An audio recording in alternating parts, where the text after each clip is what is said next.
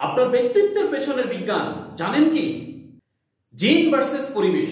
ব্যক্তিত্বের 40 থেকে 60% জিন দ্বারা প্রভাবিত হয়, বাকিটা অভিজ্ঞতা এবং পরিবেশ দ্বারা নিয়ন্ত্রিত হয়।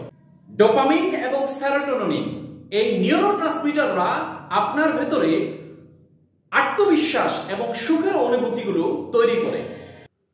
উদাহরণস্বরূপ, কৃতজ্ঞতা প্রকাশ করলে সেরোটোনিন নিঃসরিত হয়।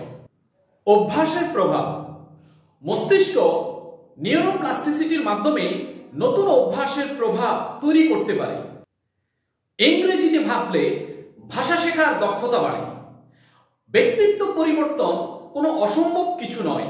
নিয়মিত প্র্যাকটিস করলে এটি খুব দ্রুত আমাদের ভেতর প্রভাব বিস্তার করে এবং পরিবর্তন করা সম্ভব।